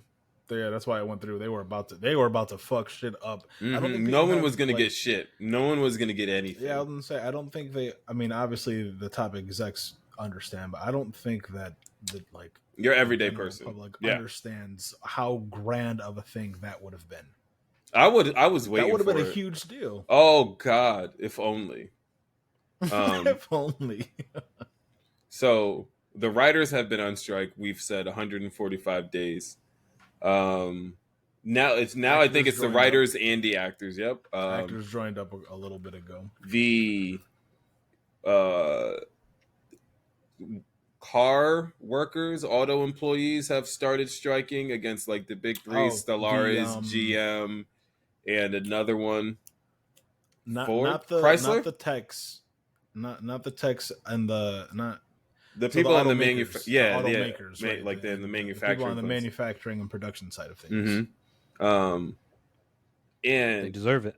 While we talk about like organizing and getting things accomplished and regulation, if we can get the prices of Gouda regulated as well. Why is it like I want to make cheesy Gouda grits? And like a sliver of Gouda that's like that big is like that. It's like a whole $9. What the fuck is that? What is that? $9 worth of Gouda, if you ask me. But yeah, back to other people, getting in line to get what's Starbucks. Theirs. We're here for it. Starbucks yeah, big one. That was crazy. A lot of them recently unionized, right? And also shout out to Starbucks, the union buster. We know how you get down. Yeah, shit was crazy, man. Love to see it. And it's like, I don't think that like people understand that like once it starts, like everyone is now is a thing now, right? Like this level of organization. Because you can't keep doing this shit to people, not having like given people raise like airline pilots, right? Also had stagnant wages, which is fucking crazy. Like my job is to get this fucking gigantic metal thing into the sky aerodynamically and land us safely somewhere the fuck else far away. And you're not gonna like raise my wages. Like I will quit this hoe.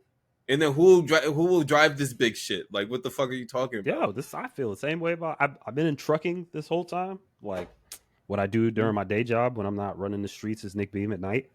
When I'm not mostly outside, I'm inside for some hours a week with a steady. So I've been in trucking this whole time, and through COVID, I never stopped going into the office, and neither did any of the truckers. So like, it really opened my eyes.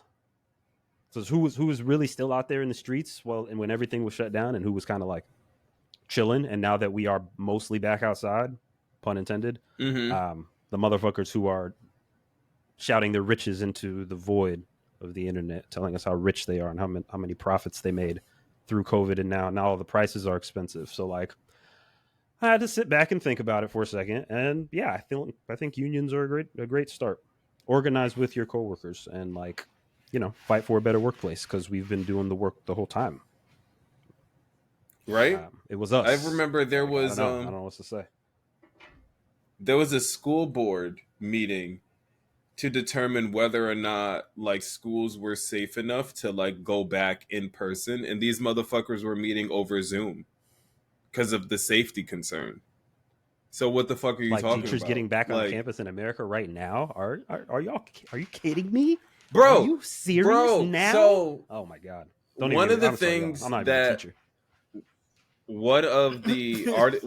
that annoys me the most is that I've seen a bunch of articles like talking about attendance and how like post-COVID kids aren't coming to school at the same rate.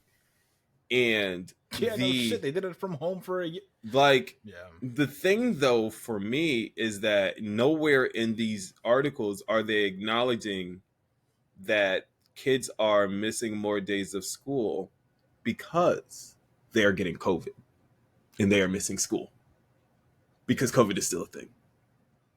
In the first 2 weeks of school, at least 4 motherfuckers on my campus had like gotten it. This woman, like one of the English teachers last week, and like this is crazy because like she got it and she was out for like 7 like work days or whatever, and then like so I've been masked up since like school started. Like the GF is immune compromised, and so like we just don't play those games.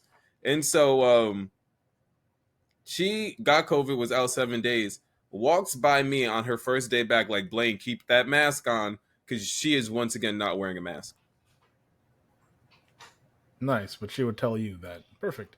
After like coming sense. After like you were just sick, like you're still sick in the face. I could see it, and it's like, what are we even doing here? Do you like want one to keep playing these games degree disconnected from an immunocompromised person, and that's how you walk around? That's insane. You could be at any time, so just take the precaution and not make other people sick. I don't know. It seems so simple that it's almost one of the many reasons why I, and like the amount, and like there's still this thing with like sending your kid to school when they don't feel good, and it's just like, yeah, I get that you can't keep your kid home for everything, because like also, especially at high school, niggas lie, right? Like they might not be telling you the truth about how not good they feel, but like kids come to school truly sick. Like I could see the death in you. And it's like, sometimes it'd be like 4th period by the time you get to me, and I just refuse to let you in my class because you have to go to the nurse. Like, Crazy. Like if I get sick, it's because I'm out here in the streets tricking on my own time. I'm not getting sick at work. It's not going to happen. Every time I've gotten sick is because I chose to be in the streets unsafe. Raw dogging air. But we are not raw dogging it, okay? But we're not living like that no more. We're living a little bit better. Yeah. Every time we've gotten sick, it's because the kids bring it home. Mm-hmm. But that, and we on the flip side of the argument that you guys are, not the argument, but the discussion that you guys are having about COVID, even if you feel sick and it's not COVID, just stay home. Some people like, yeah, no, it's not COVID, I'm out. Like, no, dude, you didn't fucking learn these last 4 years. And now, and we say that from also a point of privilege, because like certain people you cannot, like you need all of those hours that your job is going to give you to make ends meet. So like to acknowledge that we're saying all this from a place of like relative privilege, because some people they can't make that choice. They have to go. And like the fact that exists for people in and of itself is bullshit. It goes back to the first point we were making of getting what's ours, right? Mm-hmm. More unions, more organizing. We're 4 years removed from the shits, right?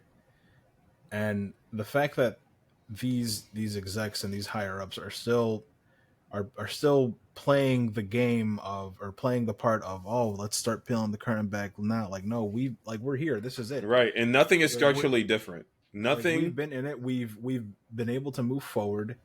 Yeah, you get COVID, that sucks. All right, take your time, and then like we also can't let it be as detrimental as it was a few years ago. Like, we've advanced. Mm-hmm. But we haven't, because nothing is structurally different, right? Like we went through all of that shit, and like and that became another scheme where people got richer, right? Like how many millionaires got those? I say we've advanced in the sense of, all right, like it's for some it's fucking terrible, but for most of us who've gotten it, like we've been okay. It's been the flu, mm-hmm. right? We've advanced. That's what I meant. Mm-hmm. That's how I meant it, in that sense of like, all right, yo, I got COVID. Fuck, I'm dead. I got to stay in the house for 8 months. Mm-hmm. Like, no, like sucks. It sucks. You're sick. Like we've got it twice, but you get it. And the second time around, it wasn't as bad. But for you though, sometimes. So yeah, again, right? That's what I'm saying. For some, it's fucking terrible. But and this also speaks to the point of you were saying that people fucking lie too. They try to get one over. Mm-hmm.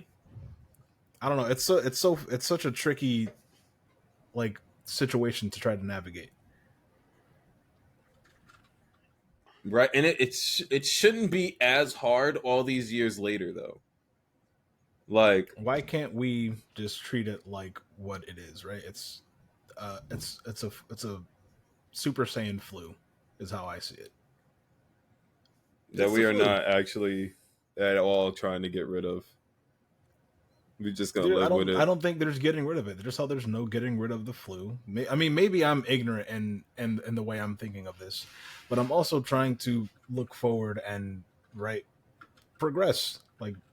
We've been trying to get past this for years now. Mm-hmm. These top execs have been fucking laughing all the way to the bank while we've been out here dealing with it. And they're still trying to play the game of, all right, well, but maybe if we do this and stay here, you guys can line our pockets, but go, Right. but we can't do that. Right. Let's just start by seizing their wealth and their assets and then redistributing them. And then To us it doesn't even need to be me personally. But it should be.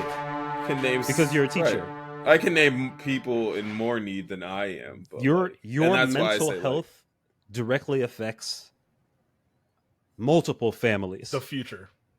Just the way that you can treat one kid one time to get it at home, now they get it from their teacher. Your mental health directly reflects who our country is going to be later on in the year. That is true. I don't understand, man. It seems, like I said, almost so simple to fix it that it seems stupid. But like, it's teachers and it's truck drivers and it's pilots and it's people in the grocery stores. Like, they're doing all of the work. And people who are the executives are now return to office mandates for jobs that can be fully remote. But then we have proven to be people who are in this very specific case that we have going on here, 1 degree removed from an immunocompromised person. Do we not care about immunocompromised people? It just seems so simple. We could just take care of our sick people. And there are things that we've done and can do that we're now trying to reverse to go back to what it was before. We can actually just take care of the people who have been doing the hard work the whole time. It could be really simple. We could just treat COVID like it is killing people because it's killing people. Maybe not all people, but we've pivoted, right? We've advanced. We had Zoom. We put people online. We put people virtual, remote. We're doing classes remote. I can do my job remote. They centralized all the dispatchers everywhere to one building in Houston. And now we're dispatching all the people in America. Why can't I do that from home? Right. My truckers are out there going fucking crazy. My mental health directly affects how I talk to my driver. And if my driver is upset and I'm upset and I'm going at my driver and he makes a mistake and he doesn't pre-check his trip for his truck before his trip and something goes terribly wrong where he's on the road upset, like these things are like happening everywhere because trucking is everywhere and pilots are everywhere and service workers are everywhere. And it just seems so simple. We could just take care of the people who are doing the work. And since they're not listening up top, the answer is to organize amongst ourselves when we start to talk to each other and say, hey, we've actually been outside this entire time working for these people who are now bragging about record profits and I can't afford eggs. So I don't know. It's up to us, kind of. And an interesting thing, like we were just talking about, like executives who don't necessarily get it. I was just reading this article where the CEO of like Lowe's, and the article was specifically about like how like all these big box realtors, Walmart, CVS, Target, are just dealing with. They're dealing with shrinkage, which is like people stealing essentially. And like one of my friends in my college group chat is like, for like maybe like the last 2 years has just been talking about like, how crazy it feels to be in New York City specifically. And like people are just stealing from CVS, from Walmart. And it's just like really rampant. And he feels crazy because he's paying. He feels like a sucker for paying. And like this week, me and the GF went to Texas Christian University so she could give a talk there. And before the talk, I went to CVS to get us water. And I felt it like I was the only motherfucker. I felt like I was the only motherfucker there. And it was like I could very easily just walk out with this $2 water and not actually pay for it because no one's here to stop me. And so in the article, they were talking about like the reason why Lowe's doesn't have the same problem. Like they're not, like they lose so few money. Like through like loss prevention that it doesn't impact their forecast like it does everywhere else. And like he's just like, two things: you pay your people, you train your people, and that's it. He's like, and they like acknowledge like very simple for the competitors, Lowe's pays the best, trains their people the best, and if you have well trained, well paid people out on the floor doing their actual job, like it's hard to steal if you got good customer service. And in those situations, the people who are committed to stealing, your actual loss prevention can stop them because they're not inundated with other motherfuckers trying to steal. And it's just like you were saying, it's so simple. It starts with just how you treat them. Well, from what I've seen about people stealing from places like Target and Walmart and CVS and Walgreens, I've seen a lot of people. Oh no, they're stealing the necessities. Are you the things you don't actually steal? You are making a. If you see me taking it, you ain't see me taking it. Stink and locking up baby formula. Why are parents resorting to stealing baby formula? Do you know how expensive baby formula is? It's insane, bro. Are you kidding? Insane. So yeah, and then you're gonna pay somebody minimum wage 40 hours, and then they have to choose between medicine and baby formula and clothes and stock and groceries that they can barely afford. Rent, they can't freaking buy a house, so they're cooped up in a 1-2 bedroom apartment. So yeah, we're gonna go and then we see on the news the CVS and Walgreens, Target, millions of dollars of profit, and the CEO comes out and says everybody's returning and we're just gonna go back to normal. Parents are out there stealing baby formula. Like there's something is not. They're so disconnected. So if you're, I would never condone stealing, but when you don't have any other choice, I don't like to see babies, children, families struggling. So please be careful out there. That's it. Right. There's a whole lot of shit that don't make sense presently. And I feel like we're a lot further away from the solution than we are close to it. Don't do that. We just talking about how many people are organizing. Don't do that. Light at the end of the tunnel is the sun, my friend. We are looking forward with positivity, and we're handling it. You know who's handling it? Gen Z's handling it. I was just gonna say Gen Z's handling it. We gave them the emotional cushion to be who they are. I feel like the ones that we never got. We were able to say this ain't right. Now maybe we can't do anything about it right now, but we turned around and was like, hold up, this isn't right. But you know who can? Right. Because the person who doesn't know any better. Boomers are dying, and they can have all the oil on their way out, I guess. I want some. Gold. I just need a little bit for the winter. Mm-hmm. But I mean, shout out to everybody. Shout out to everybody making it out. Everybody out here doing it. Shout out to everybody listening to this who may be listening to this. Shout out to y'all because y'all working. And if you're listening to this while you're at work, bonus points.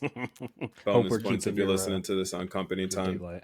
Or save it for the return trip for your commute. Hopefully you're not stuck in Beyonce traffic.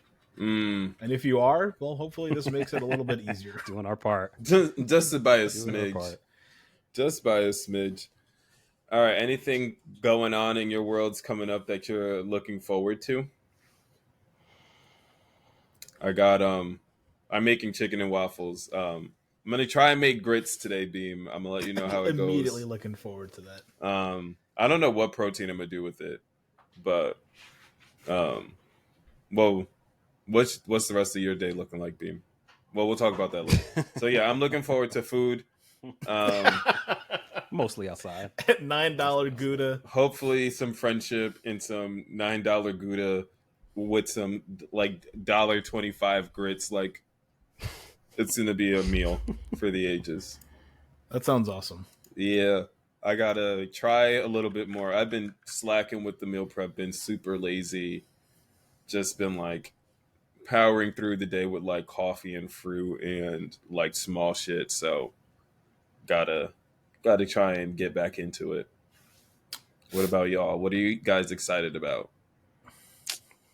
Oh, and Civ 6. Civ 6 with the homies. Man, they got the Pixel Google. I'm ready to see my Pixel Watch 2 so I can start screaming about the Pixel Watch again.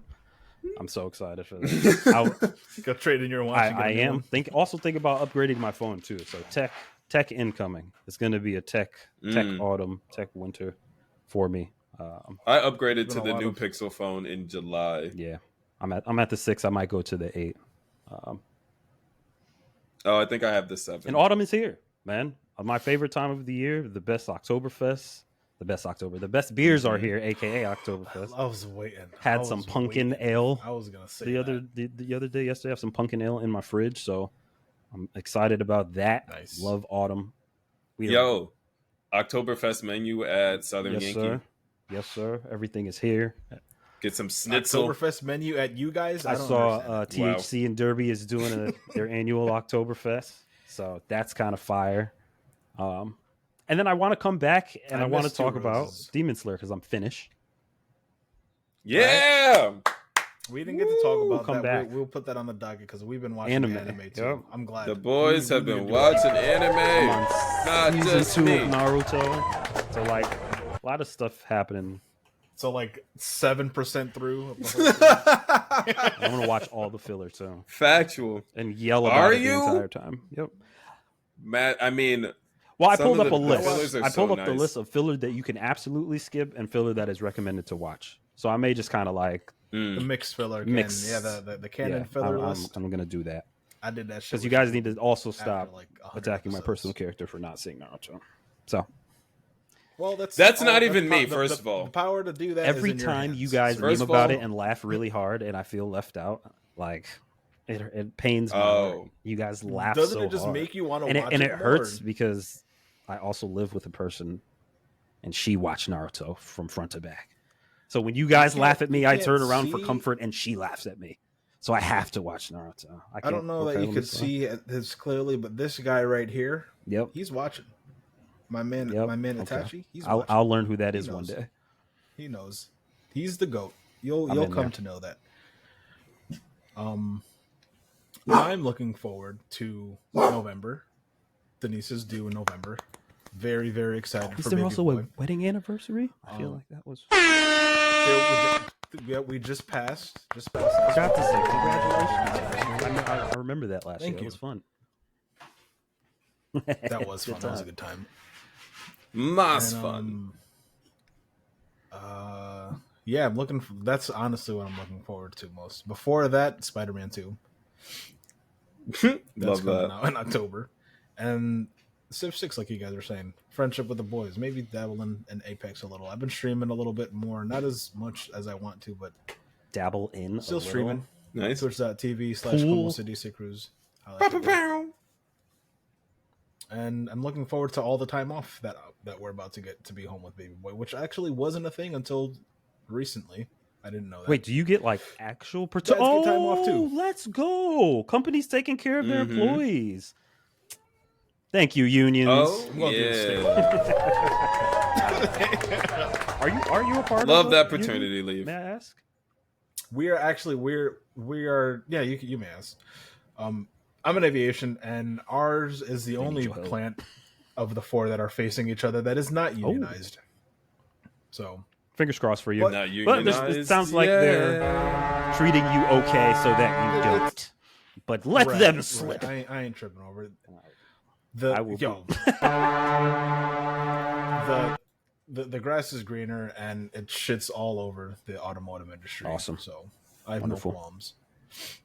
That's dope. All right, folks, it's BadKidzPod. Your boy Jeffanity, the host of Stay Doing the Most. Your favorite rapper, Nick Beam. Your favorite streamer, ComosediceCruz. Your favorite everything in betweener, that's me. We out. Check us out online, BadKidzPod, BadKidzPod.com. We got more exclusive stuff for you. Keep it funky, keep it fresh. Play the jingle. Play the jingle. Play the jingle. Where's the jingle? Soundboard. The Bring jingle. Us out, maestro. Oh God. Oh God. So much pressure. Right. So much pressure. I did it. Hey. Powered by Riverside. Oh.